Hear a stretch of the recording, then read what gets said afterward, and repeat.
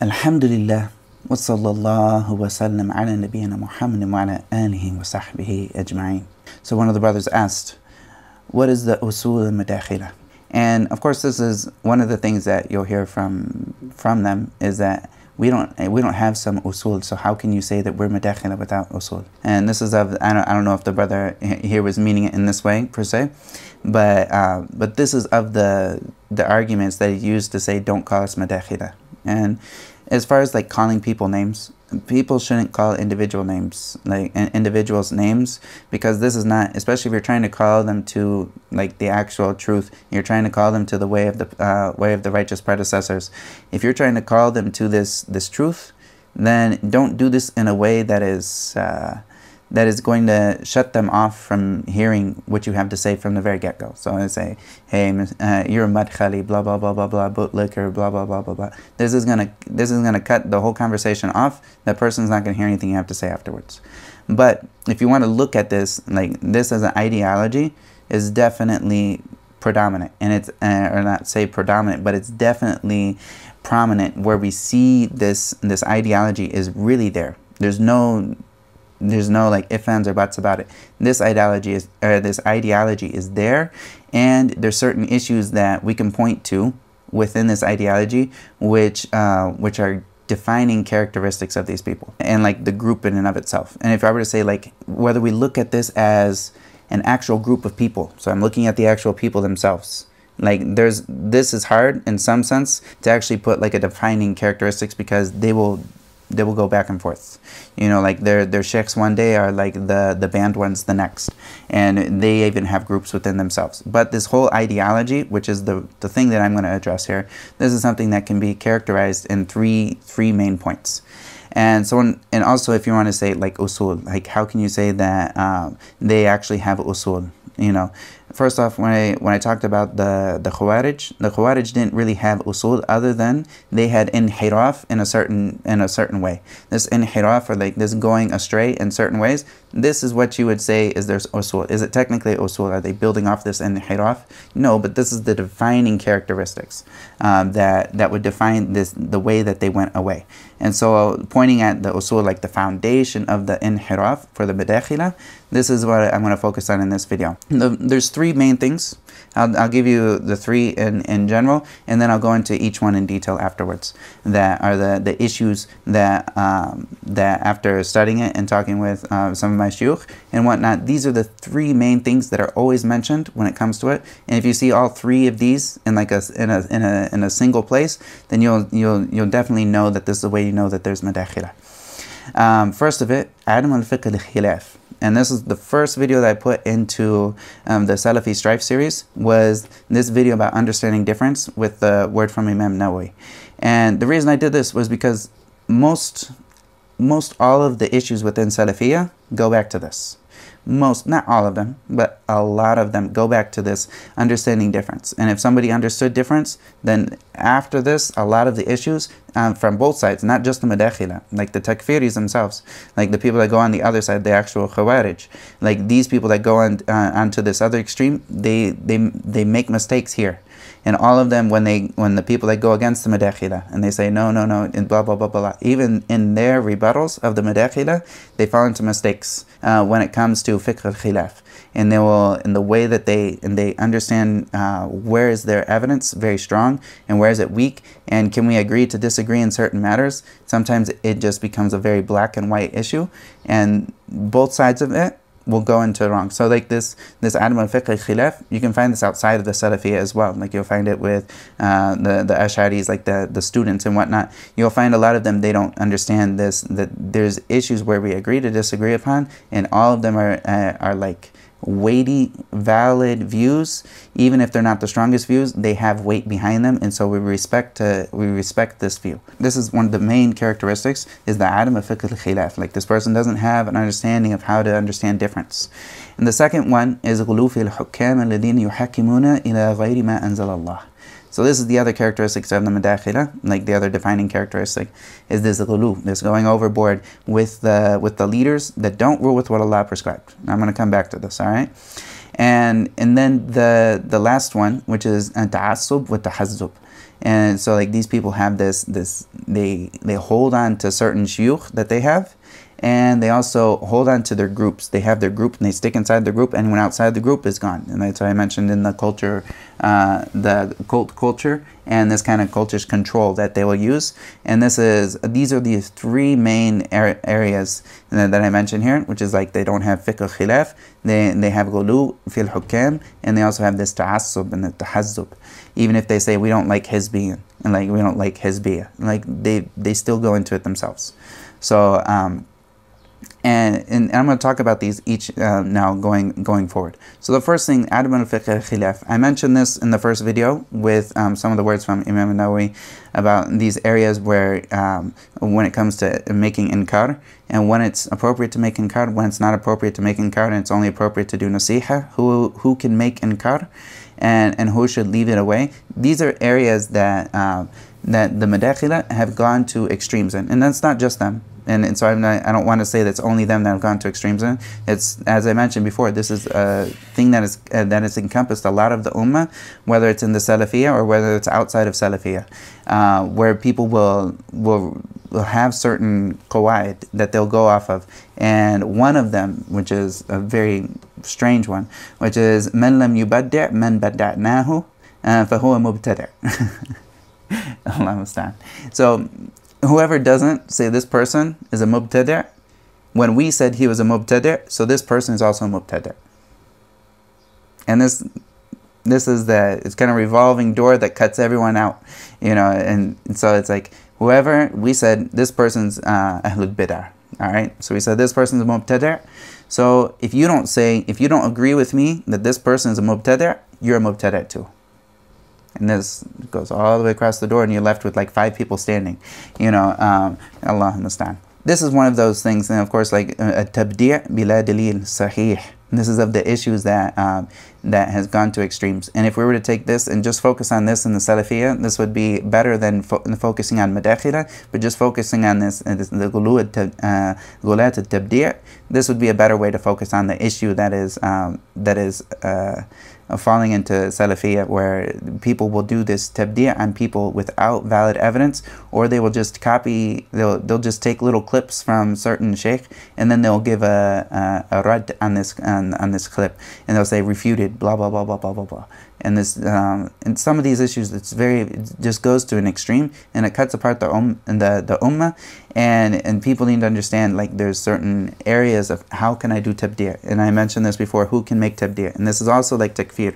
Like when somebody does takfir on somebody else, they need to be someone who's knowledgeable of the person's situation, and has also made sure that the conditions and the preventative things that could prevent this hukm from being applied, all of these have been addressed. And so this is the same thing with tabdi', and these people have gone far and far and far when it comes to tabdi', and this is a very serious issue, and this is something that goes back to them not understanding the fiqh al-khilaf. Like, some things we can agree to disagree in certain matters, and this does not make me a mubtadi', like from that. And so also التشنيع على المخالف فيما يسوغ الاجتهاد.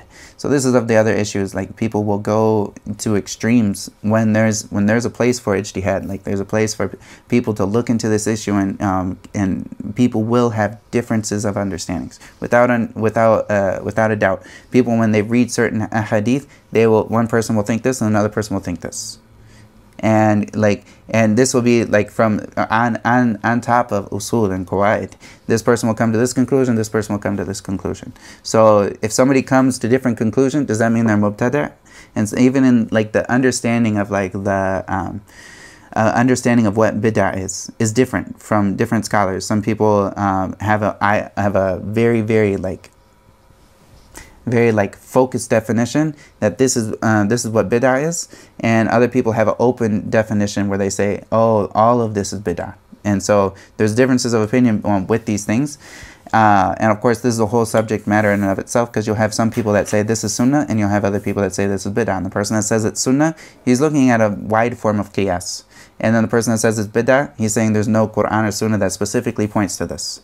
And so if we were to say this person is doing it, even though he's using a wide form of qiyas, and say this person mubtada because he says that this is prescribed, then this is a part of an area where there's ijtihad involved, and the person should not go overboard and with inkar with this person. You can give him nasiha and say this is probably not good or whatever, but this is not a way that some of the way that is spoken from one person to another in these areas of difference. This is very inappropriate, and it's not befitting of people of knowledge to speak to each other in this way, especially not of the awam, like the people who don't even know Arabic and whatnot, to go to extremes and saying that this person's doing an act of bid'ah, or this person's he's going against the Quran and the Sunnah, when they are built on like qawaid that are from the Quran and Sunnah, where they're coming from. You know, whether or not you understand it personally or whether you don't understand it, all of the four madahib are built on Quran and Sunnah. Of course, all of them have maybe little mistakes here and there, but they're all built on the Quran and Sunnah. To say that they aren't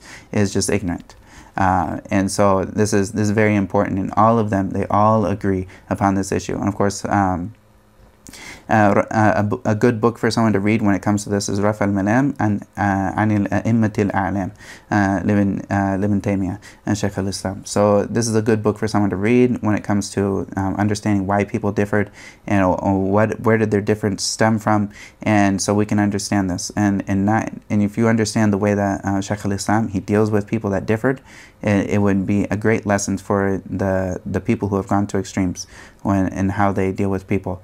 And so this is the first issue, which is the adamant fiqh al-khilaf. And of course, fiqh al-khilaf, this is the whole subject matter that people should learn, and it's of the best things that someone should learn at the beginning. And one of my shuyukh, he basically, at the beginning of, when he gets new students, he'll teach them this, because sometimes students, they run off to do other things. They don't stick with the lessons. So he at least wants to give them something that will stick with them, that wherever they go, it will be very important for them and they'll understand it. So this is of the best things that someone can learn, is fiqh al-khilaf, like understanding this in a proper way, and so he can understand how to deal with others in a proper manner.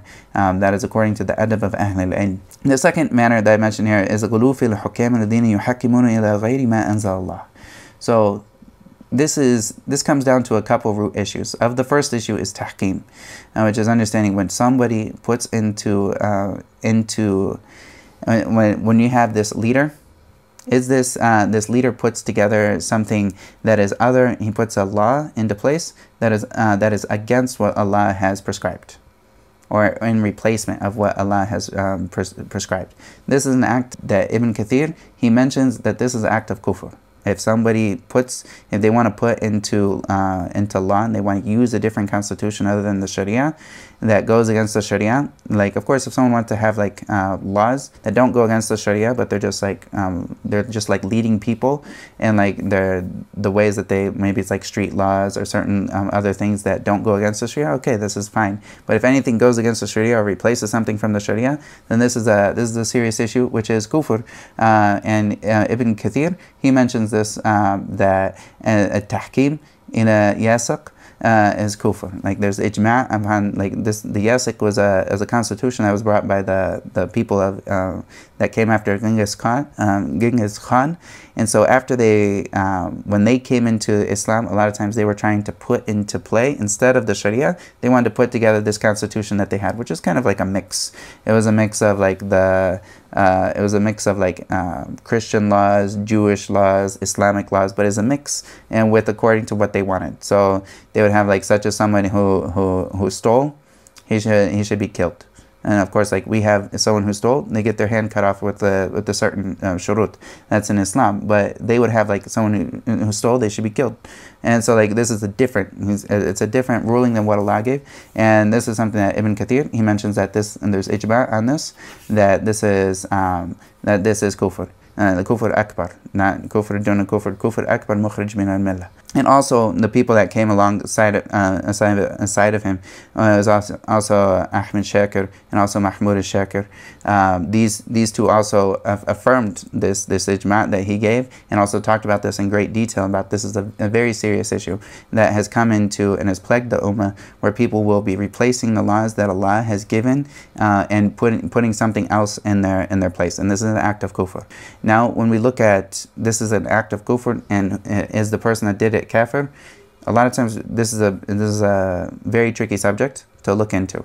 All right, and so like this is a subject that takes a lot of understanding of, does this person who is actually, say someone's a president or someone's like the top of that country, that the country is doing this. This country has a constitution that they put into play with people that are, some of them you can point to individuals and some of them you can't really point to individuals, but to change this would create serious issues. And for this person who's at the top, if he is to change this, he might get thrown off, and all of the good that he's done, if he's doing good, let's say the good that he was done, it would be put to waste, you know, and someone else worse than him would put into practice. And he's not even the one who is like he doesn't have the power to change the rules around him. So we have to look into these issues separately, and each individual that is there has to have an individual case for him to be before any ruling is applied to him particularly. But this act itself is kufr, and so this is important that someone understands this is an act of kufr, and it's a kufr akbar. And there have been many people that have done things such as, I think one of the brothers mentioned in the comments a way back, I think a project Guiding Light, and they go into this issue in detail about that this is kufr akbar, and they give a lot of the evidence and the rudud of the people that do that. Which is to note that that at the end of the long video, I think it's the number 2 video that they had for Madkhalis, at the end of it they explain that this is something that each individual has to be looked in individually to establish the hujjah, and this is important. And also I wish that they in that video, just to know, I wish they would have had a little more adab when it comes to going against different people, even if the issue that the person went towards is wrong. Also, you need to have adab when you're talking about anyone that's from Ahlul-Ilm. And it's not to say that they didn't have it, but there was aspects of it that were questionable. And that's just a note. And nobody's perfect, so may Allah bless them for what they did and guide them to any of the mistakes that they made, to what is better. And so then also the other thing so there's ijma' about the tahkim, and to other than what Allah gave is kufr, and this is something that Ibn Kathir gave, this ijma'. And also there's an issue that they also will say. They'll say, no, it's not kufr unless we did istihlal for it. So what is they'll say that if you don't do istihlal for this tahkim to other than what Allah prescribed, then it's not kufr. If you do istihlal for it, then it's kufr.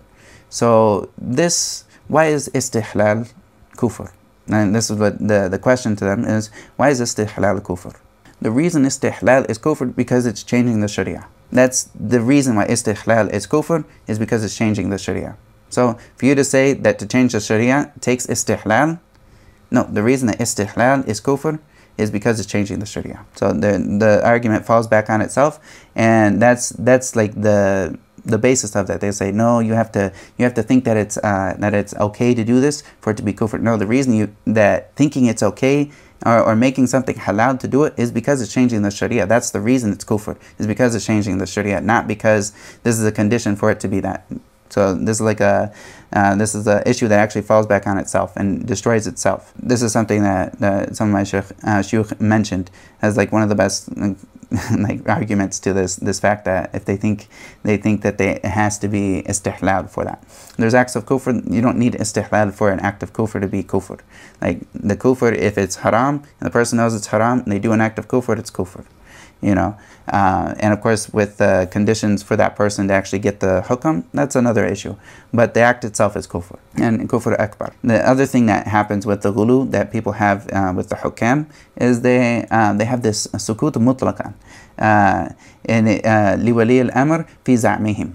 So they have this, they will never say anything about the actual their wali al-amr in what they think is the wali al-amr. So this like silence when it comes to them, this is maybe this is an area of ijtihad, okay? And so I'll give some area of ijtihad for this, and so that we can agree to disagree.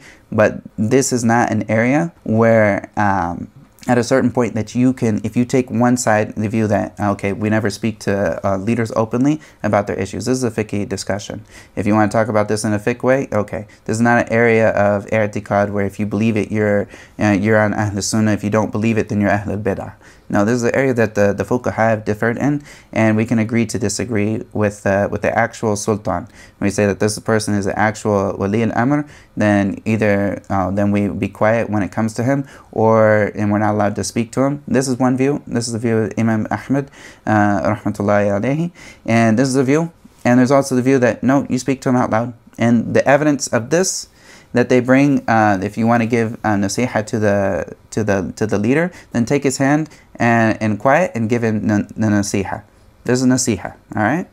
And this does not specifically say that you're never allowed to give inkar openly. This does not say that in that hadith. Maybe this is the understanding that you come with, and this is the ijtihad that comes with that understanding, meshi. But like there's also, this is not nasiha. Inkar is not nasiha necessarily. Maybe in some cases it becomes nasiha, but it's not something that, nasiha is not limited to inkar. Nasiha is a khas, and inkar and amr bil ma'ruf is a am. So you can't use this a khas to get rid of the am. And this is something that's important. And you're also taking the mafhum al-mukhalafa, which is of the weakest of adillah from this, and that he should go in quiet and do this. So you're saying that he can't do it outwardly. This is the opposite, mafhum al-mukhalif. So this is the opposite, that you can't do it outside. So the fact that you can't do it, this is mukhalafa, and mafhum is that if you were to do it out in the open, that you can't do this out in the open. So this is mafhum al-mukhalafa, and there's a big difference of opinion about how this is used.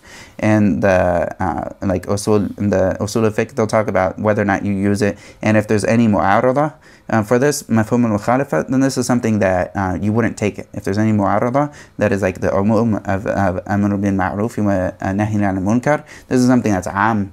And if it goes against this mafhum al-mukhalafa is a weak form of hujjah or evidence. So this would be something that you would take the umum, and you would take this and you would put the weaker form of evidence here at the side. So this is the area of ijtihad, whether or not I say that you can or can't do it. This is the area of ijtihad when it comes to wali al-amr. Now the other issue is, who is the wali al-amr? And so the wali al-amr has certain conditions, and as I'm gonna bring you from Tafsir al-Qurtubi.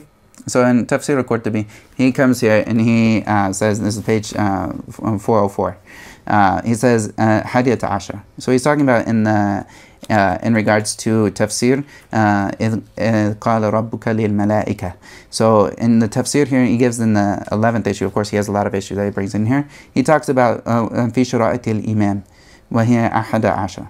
So he gives the conditions for the imam. Of the first conditions is that he's from Quraysh. All right, and there's certain conditions when it comes to this in fiqh. There's certain conditions that are like absolute, they're dururi, and like that you have to have these, and without them there's no chance of this person actually being imam. And then there's certain conditions that are haji, and so like they're for hajjah, which is like something that you need to have them, and if without it, there's gonna be problems. And there's certain conditions which are tahsiniyah, which are good to have, and that they should have them, but if you can't have it, no problem, you take what you can, and this is of them. The first one is an yakuna min samim al Quraysh, and this is of the things that it's good to have, but if he's not from that, then it doesn't invalidate it. And this was the first of them. And the second one that he gives is أن يكون ممن يصلح أن يكون قاضيا في قضاة المسلمين مجتهدا لا يحتاج إلى غيره في الاستفتاء في الحوادث وهو متفق عليه. So he says here that this person is also able to be a qadi and mujtahid from that, because of course he's going to be doing things that like this is for the Khalifa or the Amir al-Mu'mineen. Like this person is going to be doing things, he needs to do this for himself, he needs to make these decisions for himself, he can't rely on other people. This is of the things that would be like hajjah. And then also أن يكون ذا خبرة ورأي حصيفا بأمر الحرب وتدبر الجيوش وشد الثغور وحماية البيضة وردع الأمة والانتقام من الظالم والأخذ للمظلوم.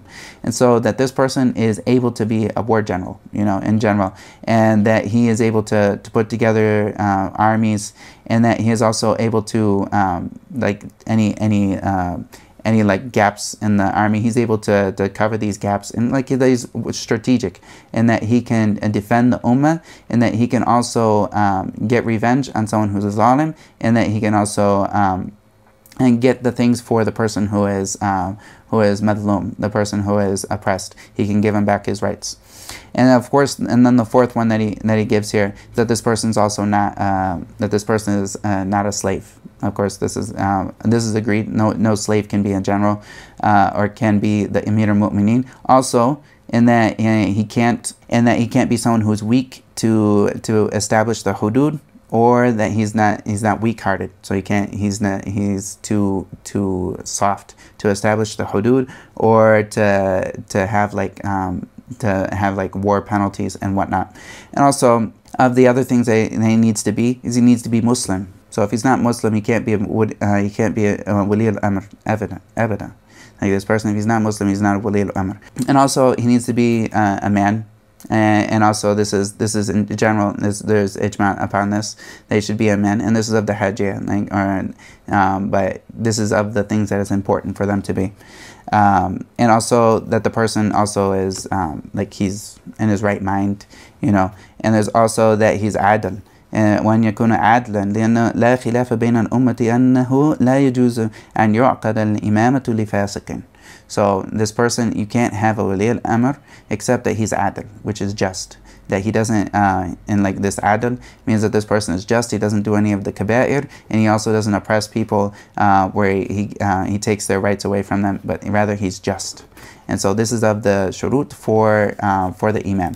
And what if this person is not adl? Like, what if he misses this? What does Imam al-Qurtubi say about this? He says in the 13th issue, like skipping ahead, he says, الثالثة عشرة الإمام إذا نُصب ثم فسق بعد برامي العقد. He says, if he has been put into place, and then he becomes a fasiq after the act for his imama, or like that this person is now the leader, after this act has been put into place, if he then, which of course, for the act to be put into place, he can't be a fasiq in the first place. For the act to be valid from the beginning, he can't be fasiq.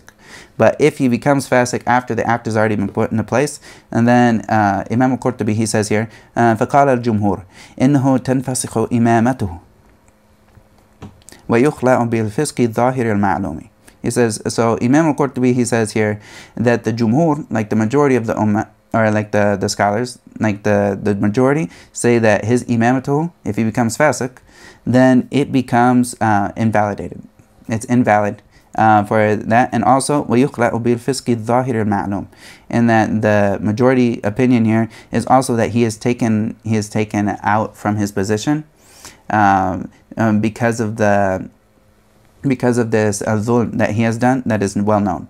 So this dhulm that is well known, he is now negated, his position is no longer valid, and then he has to be taken out from that position.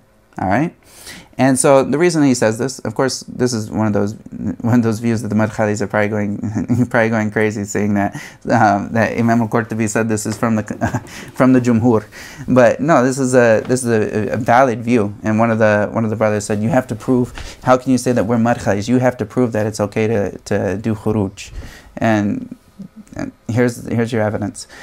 So he says, لأنه قد ثبت أن الإمام إنما يقام لإقامة الحدود واستيفاء الحقوق وحذف الأموال الأيتام والمجانين والنظر في أمورهم إلى غير ذلك مما تقدم ذكره. So he says, and the reason for this, the reason why is he taken out, and why is imama no longer valid when he comes into fisq? The reason for this is because that he was only established, the reason he was established is he was established to establish the deen, establish the iqamat al-hudud, like to establish the hudud, as well as give people their rights, as well as protect the wealth of the orphans and of the people that are insane, and looking into their goodness, as well as the other things that came before. Of course, like to establish the deen, the important thing, like the job of the Wali al-Amr. What is his job description? إقامة الدين في الدنيا وسياسة الناس به. So like his job description, the Wali al-Amr, his job description is to establish the deen in the dunya, and also to lead people according to the deen. If he's not, this is not his job title, this is something else. This is not Wali al-Amr, this is something else. Alright, maybe he is the person that's in charge. Person in charge, okay. But he is not Wali al-Amr, so he doesn't get the same rights as Wali al-Amr if he's not establishing the job. And he's not establishing the deen in the dunya, and this is not his purpose. His purpose is to let people choose what they want to do. You know, like this is not Wali al-Amr. And this is of the issues of Usool Al-Madaakhila, that they go into this issue, they think that these people are Wali al-Amr when they're not. Right? Like these people are not Wali al-Amr when they're not ruling by what Allah prescribed. Okay, and so this was the first view that, going back to what Imam Al-Qurtubi, he says here. He says, this is the first view. And he says, وَمَا فِيهِ مِنَ الْفِسْقِ يُقْعِدُ عَنِ الْقِيَامِ بِهَذِهِ الْأُمُورِ وَالنُّهُودِ بِهَا. So he says, and because of the fisk that this person is coming to, whether it's this fisk is something that is dhulm for other people and whatnot, this fisk is something that stops him from doing his job, like doing the job title of what he's supposed to be doing, and establishing this thing. And so he says here, فَلَوْ جَوَّزْنَا أَن يَكُونَ فَاسِقًا أَدَّى إِلَى إِبْطَالِ مَا أُقِيمَ لِأَجْلِهِ. So he says, and if we were to allow this person, if we're to allow the imam to be a fasiq, and this would lead to the negation of what he was established to do. Like he would be demolishing what he was established to do in the very get-go. So this is the reasoning behind why imam is to be taken out if he's not adil. If he becomes fasiq, then this is the reason that Imam Al-Qurtubi says here that he should be taken out from his job title and he should be replaced with someone who is adil. And he says here, ألا ترى في الابتداء أن ما لم يجوز أن يعقد لفاسق لأجل أنه يؤدي إلى إبطال ما أقيم له وكذلك هذا مثله. And so he says, and don't you see that at the beginning he wasn't allowed to be put into power because of this issue. Like a fasiq is not allowed to be put into power because of he's not gonna be able to establish he's not gonna be able to do his job. He's not gonna be able to give people their rights and establish the deen properly. So this is why he's not able to do it in the beginning. If he's not able to do it in the beginning, he says here, then in the middle is the same. Like this is the same. This is doing qiyas here. And so then this is the first view, that the person who's fasiq, he gets taken out. And so first off, just a little thing here, the Madaakhila, they don't even agree. This part of this book is something that is, for them, this is bid'ah, that is outside of Ahlus-Sunnah wal Jama'ah, and it's against ijma' for them. And so they don't even understand that there's the ijma' that they bring about, like that you can't have khuruj against the hakim and blah, blah, blah, blah, blah. Is this person a hakim? First off, let's establish that this person actually has imamah, then let's talk about the rest of this.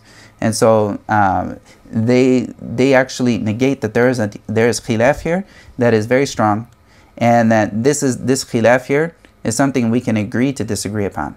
And if you don't want to agree to disagree upon, then you're going into another area here. You're going against Ahlus-Sunnah wal Jama'ah when it comes to how we deal with others and differences of opinion. So if you want to deal with differences of opinion, okay. But this person, imamatu, it's not good. And let's see the other side. So this was the first one. He says Jumhur. The majority said that this person, his imamatu, if he becomes fasiq, then his imamah is no longer good and valid, and that he should be taken out. And I'll give a couple note about the taking out, because this is something you always have to look at the pros and the cons of any situation. You never throw the ummah into a fitna that is bigger than what they're already in. All right. And so then he says here, وَقَالَ آخَرُونَ لَا يَنْخَلِعُ إِلَّا بِالْكُفْرِ. So that this person is not taken out from his position except if he does kufr, أو بترك إقامة الصلاة, or if he stops establishing the prayer, أو ترك إلى دعائها أو شيء من الشريعة, or he stops calling people to the salah, or he leaves something from the sharia. this here, this last part, أو شيء من الشريعة, this is also what is noted after the ijma' that the Madkhalis will always give about. Imam al-Nawawi says that there's ijma' about that the leader is not taken out by fisk because of what comes of the fasad, that comes of trying to take him out. It's going to be worse. They will also say at the end of this that this is ijma'. They will leave out after this that Imam al-Nawawi is upon the view within this ijma', like this ijma' is in light of this other view as well. Like this view here shows that this ijma' is not ala itlaq. Like this is not in this open way that the Madkhalis look at it, but rather it's specifically for the case that if this is gonna create a bigger problem than it is going to fix, then in this case we leave him. But there's a level of ijma' on the other side, which is that the person that ever is a kafir, he doesn't have any imamah. Like there's no imamah for a kafir. And also for someone who leaves off the salah, this is also ijma', that there's no imamah for him. As well as someone who leaves off calling people to do the salah, or leaves something from the sharia, like leaves off the establishing of the sharia itself, then this also is not someone who is an imamah. Like, or imam, or amir al-mu'mineen, or wali al-amr, whatever you want to call it, this person does not qualify for the job title. And so this is what Imam al-Qurtubi, he brings the two sides, and the two sides all agree on the same thing. If this person is not establishing the deen in the dunya, this person is not a wali al-amr. All right. And so this is very important that people understand this. And also the hadith that comes that when the Prophet ﷺ was asked if when we see these people that come up, are we to go against them? Are we supposed to fight them and remove them? And the Prophet ﷺ said, "La ma aqamu fikum as-salah." He says, no, as long as they establish the salah. And in another riwayah, that as long as they establish kitab Allah. And this is as long as they establish the deen itself.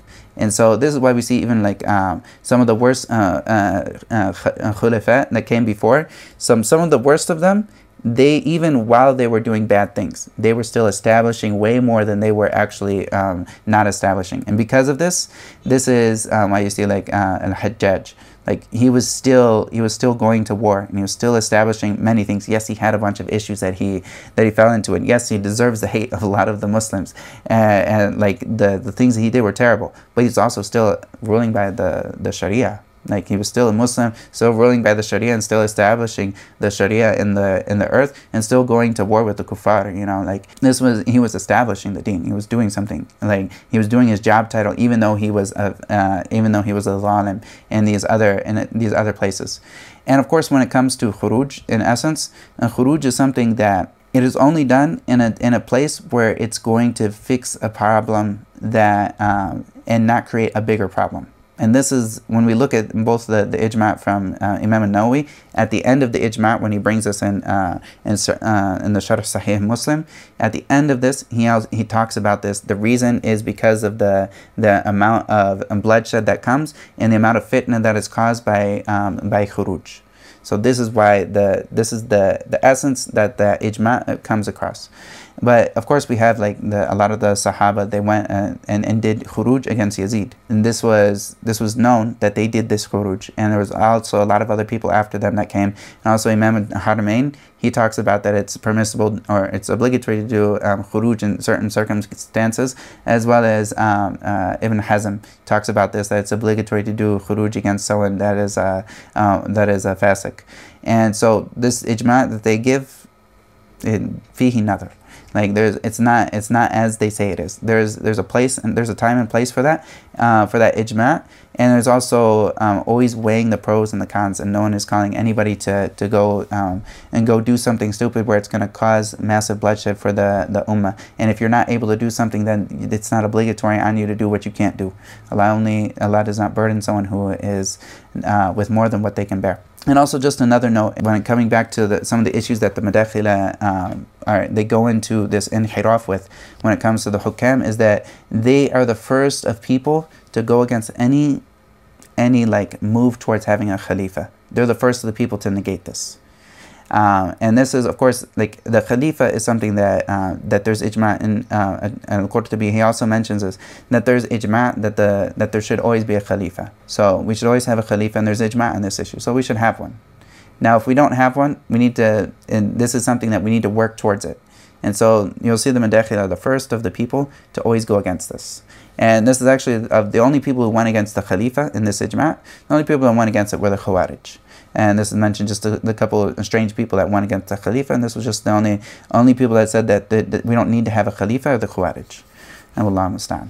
So as we can see here, the imama, or like the wali al-amr, is something that this person needs to be establishing the deen. If he's not establishing the deen, this is not a wali al-amr, all right? And this is where the Madkhalis, they go off on. And also, when they say, okay, you need to be quiet about these people are not wali al-amr. Okay, if you need to be quiet for like weighing the pros and the cons, this is okay. And I understand this, and this is something I hold to, that you weigh the pros and the cons. Is what if you're going to be talking about someone, and this is going to create a bigger problem than it's going to fix, all right, then you hate it with your heart. If you can't do something with your hands and you can't say something, then you hate it with your heart. And this is the last bit of iman that is left. And if you don't hate it with your heart, then there's no iman left for this person. He needs to hate it with his heart, the munkar that he sees. A lot of times they will not look at weighing the pros and the cons. And this happens on both sides. Both the takfiriyin, like the people that do a bunch of takfir, on people just mass. They say anyone who's not ruling with what Allah has ordained, then they're all kuffar. Like the hukam and all the people that support them. This is ghulu. There's a ghulu. And you always have to look at what is the state of the situation. The state of the situation is we have these rules, we have these constitutions, we have these countries that are built in a certain way. And we can't just remove this overnight. Or if we can't remove it overnight, then we're going to say they're all kuffar. This is not looking at like weighing the pros and the cons and weighing what is going to bring more harm. And the people that don't weigh this, they assume this all or nothing approach. They're the ones that end up creating worse problems for the ummah. Because the people that were giving dawah to wear niqabs, to wear the proper hijab, to establish the prayer, to go pray in the masjid. These people, when they got into the mindset of we need to do inkar, even if it's against the hukam, even if it's just by throwing rocks and whatnot, they're the ones who like put their families at grave danger. They all got thrown into jail. They all get thrown in the jail. Their women get raped by the oppressive governments and whatnot until they shut up. And they made the situation worse by by not assessing the situation and saying, am I going to be doing a greater harm by making inkar, or am I going to be doing a lesser harm by being quiet? And so everyone needs to look at these issues, and this is not a black and white issue, and the people need to understand the reality of the situation. Sometimes you can't change governments overnight. If you were to change the government overnight, you would have a bunch of people that are war generals that would destroy it and put someone worse in place. So this is, of course, we have to understand this. And I'm not calling for people to actually make any revolutions or anything. No, but I am saying that this person is not an imam. He's not an imam. He's a president. Okay, it's like he's the president of a corporation that you got to work with, because if you don't work with him, it's going to cause serious harm. All right, and if he's ruling with other than what Allah sent, and this is free from him, and he thinks that this is better than what Allah sent, this is kufr. And of course, someone can do someone other than me can do ijtihad in that, and look at the case and make sure that this person is like that he has the free will to make this decision and he chose to do this, as opposed to if he's forced. Like if someone's mukrah, then this is a different issue. And so these are some of the issues that have to do with the hukam. And this is the third issue where the Madkhalis, they go off to a far extreme when it comes to them. And then the last of these issues is the ta'assub or tahazzub, that they come in and they have this strong holding to their shuyukh and also to their groups of people. And so they have, of course, I mentioned before that they have their list of shuyukh that are approved, and everyone outside of that is muttahamun bil bid'ah, that this person is suspected of being ahlul bid'ah if they're not already called ahlul bid'ah. This is a serious thing. And also the wala wal bara is based on shuyukh, and it's not based upon like the Quran and the Sunnah. Yes, they say it's based on Quran and the Sunnah according to the fahm of their shuyukh. Anyone who comes out with a different understanding, then it's not like that. But of course, like there's people are always going to differ in understanding. This goes back to the fact that they don't have fiqh al-khilaf, but they hold to these shuyukh. And at the same time, they'll talk about the Sufiya, and they'll say, these Sufi are crazy, and they followed their shuyukh into dalal, blah, blah, blah, blah, blah. And these are the same people that hold to their shuyukh with the firmest grips, and anyone who goes against them, they're the enemy of them, because they go against their shuyukh, or they don't even take their shuyukh. One of the first questions that they'll ask you is like, who do you listen to? Like, who do you take from? And like, if you don't answer the question with their shuyukh, then there's automatically problems. And this, of course, this is the issue that people don't need to. Of course, the Sahaba themselves, they had certain people, or like the Tabi'in, they would take from certain the Sahaba. And some of them would take from Ibn Masud, and some of them would take from Ibn Abbas. And they would have different, and there's different madhabs that come from these different understandings. And they would differ. But this is not, they would not call each other mubtada because they differed in these issues. They understood that they learn, and as long as nothing's going clearly against the Quran, the Sunnah, and the understanding of the righteous predecessors, then in this case we agree to disagree, and we prove what we believe is right. We bring the evidences, but we do this in a proper manner with proper adab. And this is for like Ahlul Ilm to do. As I mentioned before, and one of the other things about the shuyukh, that they will close off the people that they consider Ahlul Ilm. They will close this off to their little group, and they're actually missing out on so much of the ilm that is out there because they have closed this off, saying we can't sit with the innovators. And because they say everyone's an innovator. So like, if this person was a true innovator, maybe we can have the discussion when you can and when you can't, when you can and when you shouldn't sit with them. And can you read their books or not? Can you not read their books? You can't read their books. Okay, then where are you going to get ilm al-lugha? Like, there's a lot of things that it gets problematic down the line, because you will cut off all of the ways that you can get in. Yes, if you learn your deen properly, you're not going to get affected by the shubahat when they come, because it's like you already have the antivirus with you. So the virus comes of the bid'ah, you can understand, okay, this is bid'ah, I don't do this. And you learn what you need to learn, and you just throw away this bid'ah. And of course, for people that are weaker, maybe they need to be more careful of these things. But the way that the Madkhalis have cut it down to their little group of shuyukh, and they can't understand. They either have a group that they take everything from, or they have a group that they don't take everything from. And there was a brother who was talking about, like, okay, if you say that these people are Madkhila and I can't take from them, I'm not saying you can't take from them. And I'm not saying, then who should we take from and who should we leave?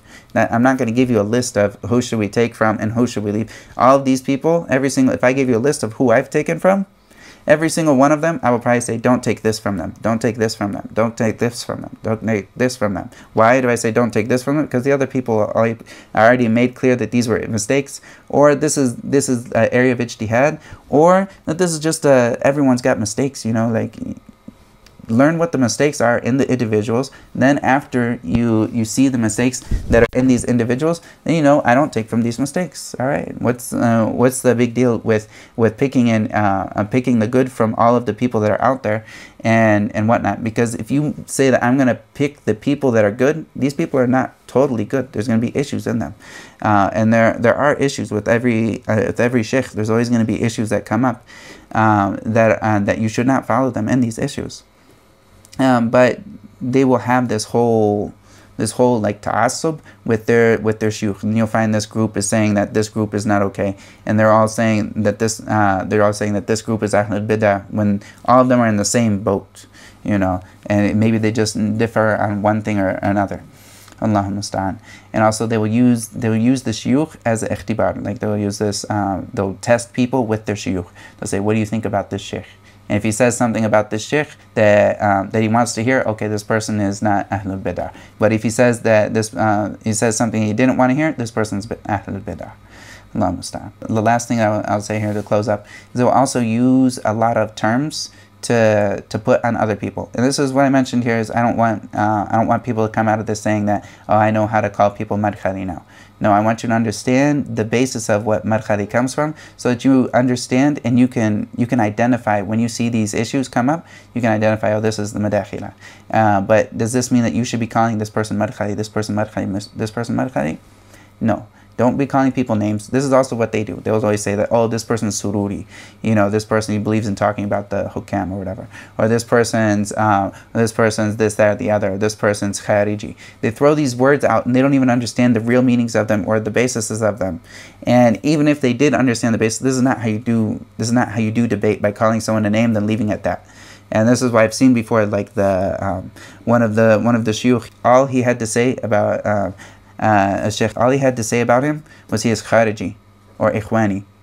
No, he didn't address any of the issues that he comes up with, and he didn't even talk about like what his beef was with them with any dalil. He just said these two words, and then after that everyone says he's been refuted. This is not the way that you deal with like the difference in this way. And also, just another point, when it comes to different shuyukh that talk about each other, there's a basic principle when it comes to jarh wa ta'dil, is if they're with each other, like aqran, like if these people are similar, like they're peers, you don't listen to their bad talk about each other. They talk bad about each other, you leave it. And this is known because there's things that happen within people where they will say things about other people. This is just a problem that happens. So you can't take when somebody has something bad that they say about someone else in these issues, you have to take it with a grain of salt, and you don't think that just because this person said this person's ahlul bid'ah, blah blah blah blah blah, that it's always true, especially if they are peers or they're in the same category. Maybe because there's lots of like jealousness that can come up between people, so you leave this bickering between them. You leave this, you overlook it, and you don't go into this. So this is known in general, that people, you'll see this with different shuyukh that are, both of them they're amazing people, amazing scholars, but they'll get into a beef with each other.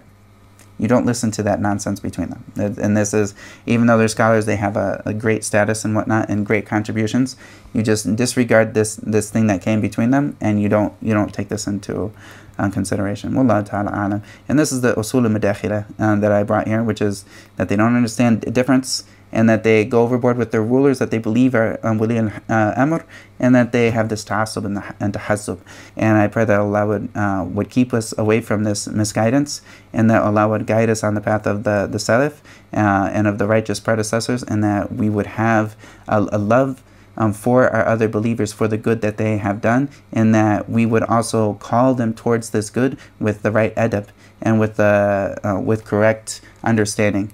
والله تعالى أعلم وصلى الله وسلم على نبينا محمد وعلى آله وصحبه أجمعين سبحانك اللهم وبحمدك أشهد أن لا إله إلا أنت واستغفرك وأتوب إليك فلذلك فادع واستقم كما أمرت ولا تتبع أهواءهم وقل آمنت بما أنزل الله من كتاب وأمرت لأعدل بينكم الله ربنا وربكم لنا أعمالنا ولكم أعمالكم لا حجة بيننا وبينكم الله يجمع بيننا وإليه المصير.